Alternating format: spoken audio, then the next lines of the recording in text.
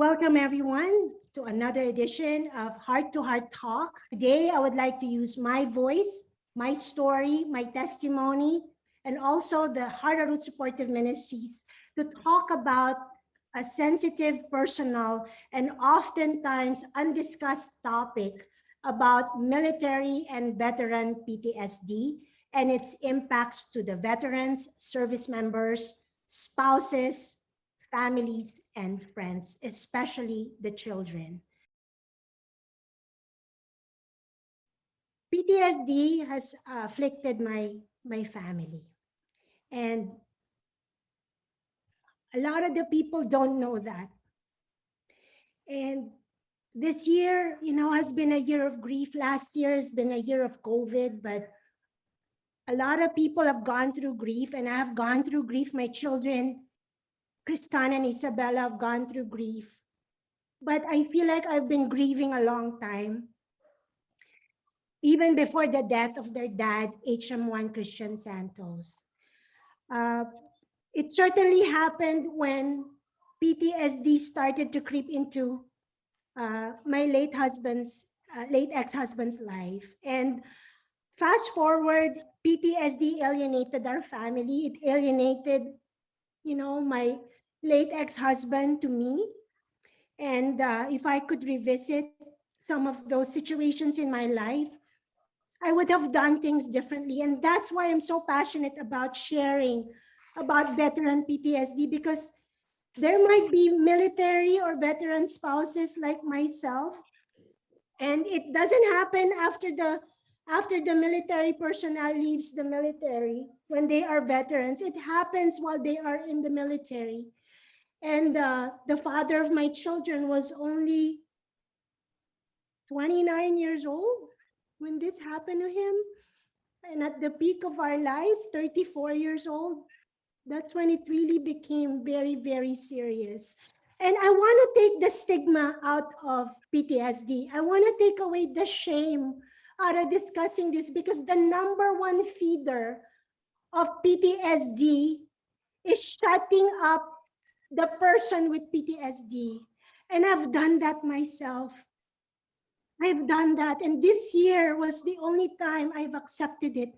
I came full circle with my healing. And today, while honoring people, veterans, homeless veterans with PTSD, I will continue to seek and receive that healing.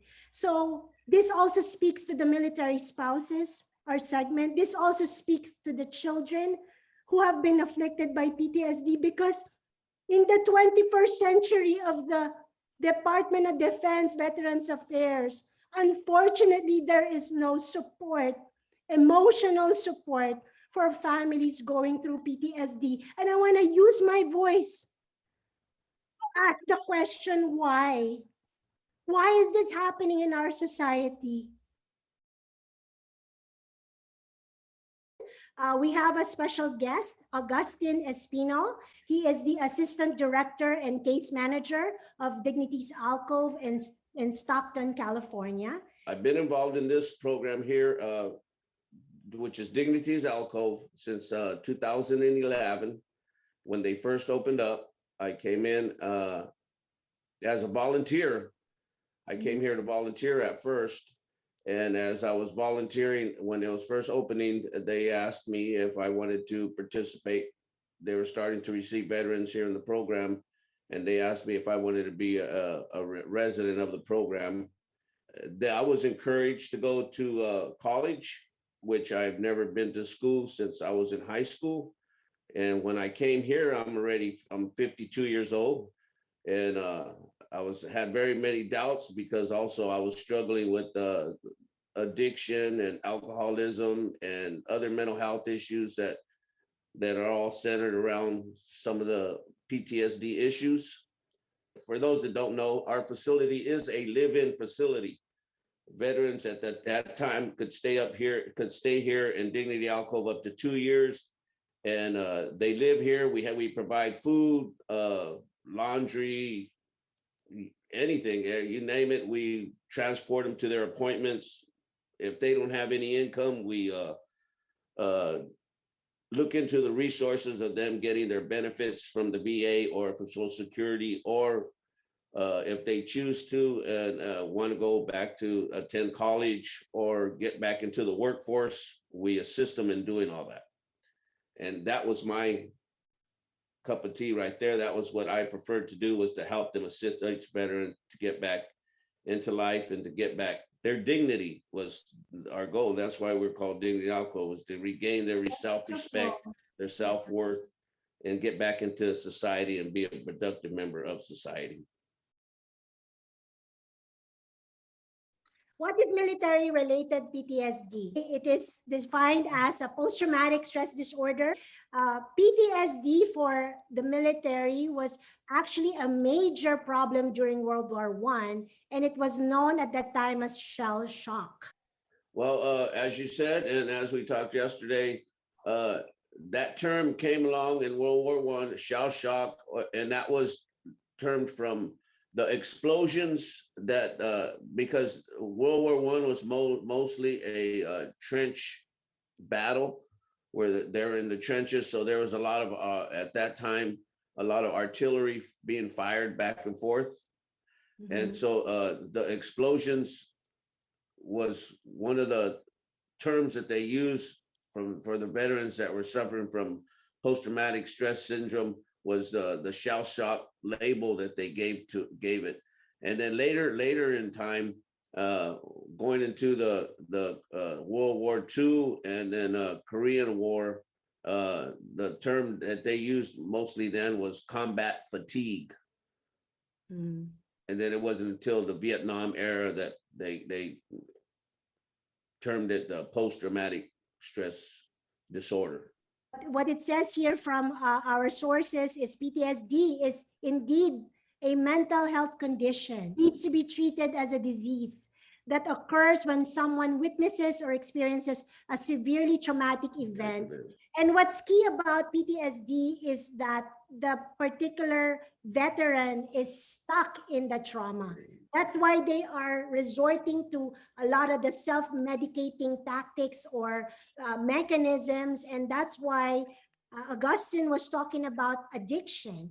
So being stuck in the trauma, I do believe, is one very, very simple description of what military-related PTSD is. Well, a lot of the symptoms, there's many symptoms of it that surface, but I would say 4 of the most common ones are nightmares, anger issues and irritability, isolation. It's a serious thing, and so in dealing with the veterans and with those issues and the homelessness, and because a lot of us come in, we're angry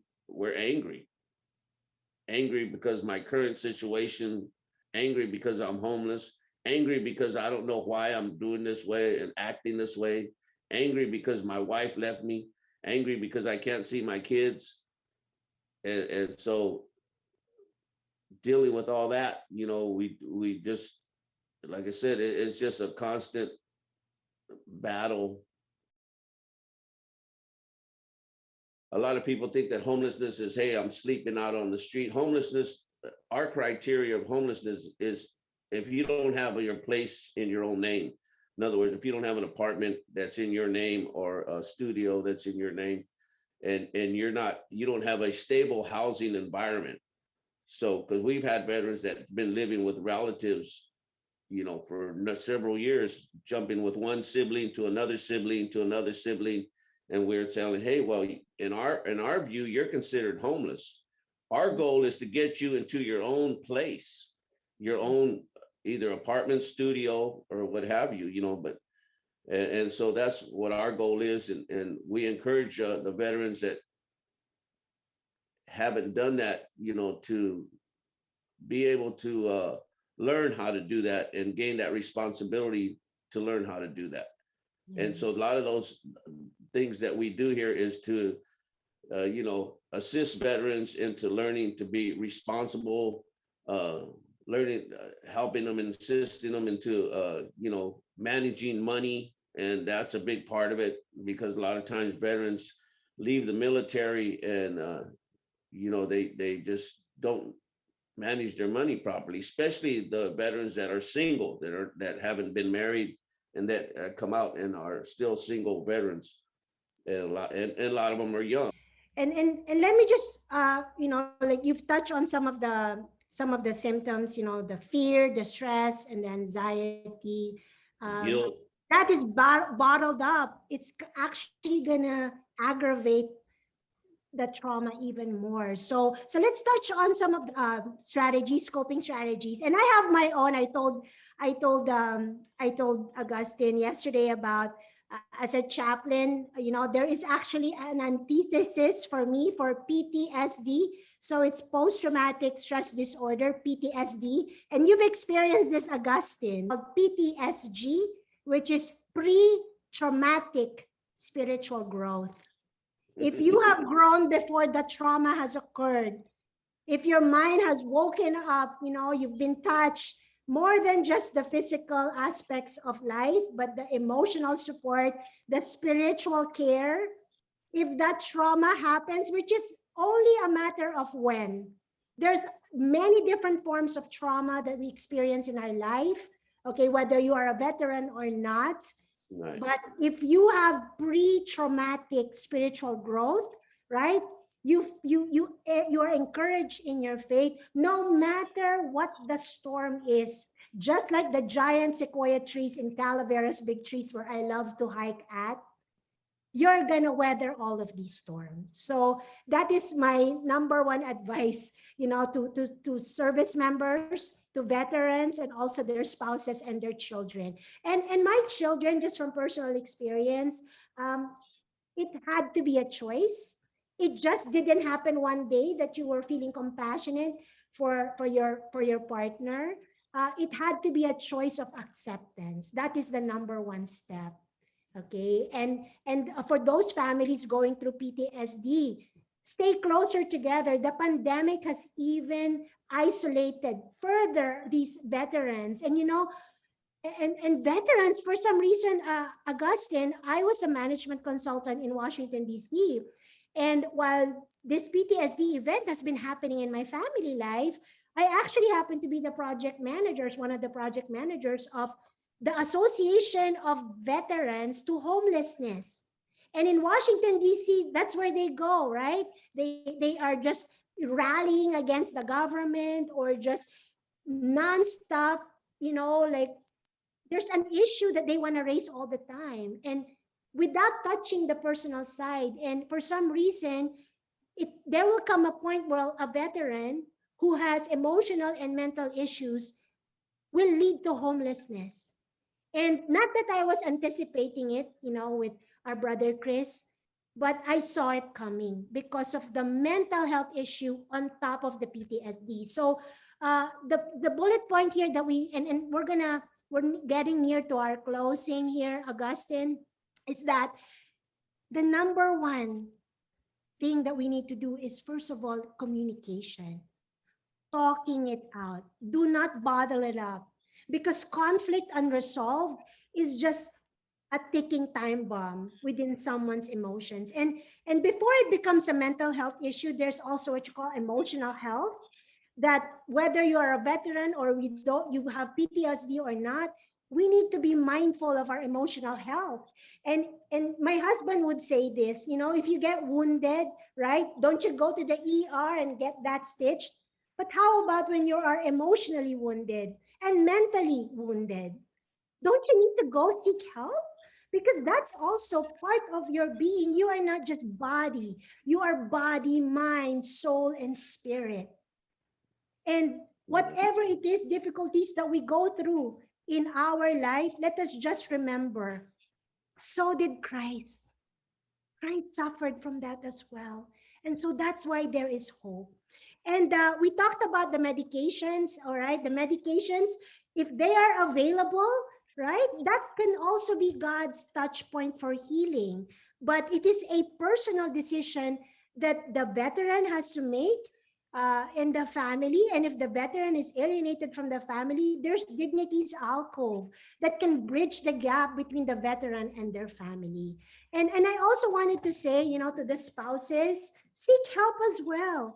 Don't just endure, okay, the day-to-day affliction, the distress, the emotional oppression of PTSD. Reach out. If you're still in the military, reach out to the Family Service Center. Call the crisis hotline for Veterans Affairs. That's how we found Dignity's Alcove. It's because they were referred to us by the Veterans Affairs. Go Google. Use social media for a good cause. Knowledge is power. And do not let go, and activate your spiritual power, right? There is that power within us that can change a negative situation into something that we will testify as we are doing now. And to the children of the, veteran with PTSD, as well as veterans with mental issues, do not despise your parent. Continue to love them because they are sick. They're not doing it because they want to separate from you. It's just they couldn't help it, and they do not have the emotional strength and the mental capacity to re-engage with you and become a solid standard family. Unfortunately, that doesn't happen to everyone. But I'm hoping, as the head of the Heart of Ruth Supportive Ministries, that we will take a look at PTSD, emotional affliction, mental issues as not a cause for shame. Seek help, medical help. That's why we have doctors. Okay, but also rely upon spiritual wisdom coming from God. And just like David, Joshua, Gideon, they were warriors, in the Bible. They've also gone through affliction. And I just leave you with this, with Joshua, Joshua, as he led the army of the Lord, right, against the Canaanites. He said, while he was empowering his troops, he said, Joshua 24, verse 15, and I quote, "As for me and my household, we will serve the Lord." So hold on, continue encouraging your faith. Keep on asking for God's healing. Beg for God's healing. And one day, just like our brother Augustine, my hope is we will see this affliction, this pain, turn around to becoming a purpose, the difficulties becoming the fulfillment of dreams. As we close now, I just have this call to action that I want to share with our viewers. Number one, please save this video and share it. And Augustine, I encourage you to share this from the Heart of Ruth Supportive Ministry. Share it on the Dignity's Alcove Facebook page, Instagram, YouTube. I will share you the link. And then, like Augustine said, join our support groups. The Heart of Ruth has a lot of support groups on Facebook. And hopefully, Augustine, we can have a partnership. Why not, right? For the Heart of Ruth Supportive Ministries. And I do believe, Augustine, even though, you are a case manager, I do believe you are also doing chaplaincy work, in providing emotional support and spiritual care. And what you said earlier, the ministry of presence, just being present and being a friend to these veterans can change someone's life significantly. And then another call to action that I would like to ask our viewers is please to support our project Giving Hearts. I would like to announce that we are going to reactivate our HM1 Chris Santos Care and Compassion Fund for homeless veterans. And I'm happy to share from our family that come Thanksgiving, we will be providing free Thanksgiving meals to all of your residents, Augustine, and hopefully to you too as well. Thank you. And also, whatever it is, I'm asking our viewers, all the supporters, my friends and family from the Heart of Ruth Supportive Ministries, including the Cuarentados, headed by the beautiful Agnes Bean, who are the batchmates of HM1 Santos, Chris Santos. I would like to encourage you, to let us pull all of our social media, start sharing about this, because any any resources, any donations that we are going to be able to raise, we are going to help every effort of the Harder Root related to homeless veterans as well as Dignity's Alcove. So on Thanksgiving Day, Augustine, I shall see you with my children, okay, Yes, thank you. delivering these Thanksgiving meals. And also, their dad has actually been a supporter of Project Giving Hearts overall, because I just would like to announce formally that the Heart of Ruth is partnering for the third year with the local cancer centers, Emmanuel Cancer Center here, by providing Thanksgiving meals to the neediest cancer patients in the Modesto and Turlock areas. And we are also extending this to Merced, California. And then I would like to thank, our partner, New Life Christian Center, for providing these Thanksgiving meal boxes. And Augustine, I have to tell you about that, because they're giving away 300 Thanksgiving meal boxes this year. And, I have contacted them and they said they can provide it to these cancer patients. So that frees up a lot of resources in order for us to continue this for Christmas and also Okay. beyond 2021 into 2022. And I also wanted to share that if ever one of your residents need prayer and healing, or, God forbid, there will be death in the family. But if this happens, we provide memorial services assistance just virtually through Zoom, because, especially now that we have a lot of, people coming from different origin countries, they can't travel here. We're still in the pandemic stage, but the Harder Root can help set up a virtual memorial service, just as what we had done with my late ex-husband, Chris. Okay. Okay. So, and then I just wanted to say that, we have a lot of these emotional support groups. They are really like life groups. So I hope that in the description of this video, I will provide the Facebook page for Augustine Espino's employer, Dignity's Alcove, and you can just connect with them through that link. Thank you so much, Thank Augustine. you. On behalf of the Harder Root Supportive Ministries, we want to thank you for your time. Thank you for serving the Lord today just by sharing your testimony. And thank you, Lord, for healing me, for healing our family emotionally from the stigma and the effects of PTSD. Thank you so much for honoring our departed military veterans. Thank you so much. And with the Heart of Ruth, we are here for you. We are here for you. We are just one direct message away. And if this video has touched one life, we have fulfilled our mission of Yes, amen. touching a life, one heart at a time. So Amen. this is Chaplain Christina Santos. I just wanted to provide a blessing to all of you. All right, Lord, I pray, oh God, that you will just strengthen the people who are watching this video right now. Like you had said in Joshua 1 verse 9, we just, Lord God, speak God's word and believe with all our heart that you will be strong. You will be courageous. Do not be frightened and do not be dismayed. For the Lord, your God, our God, is with you wherever you go.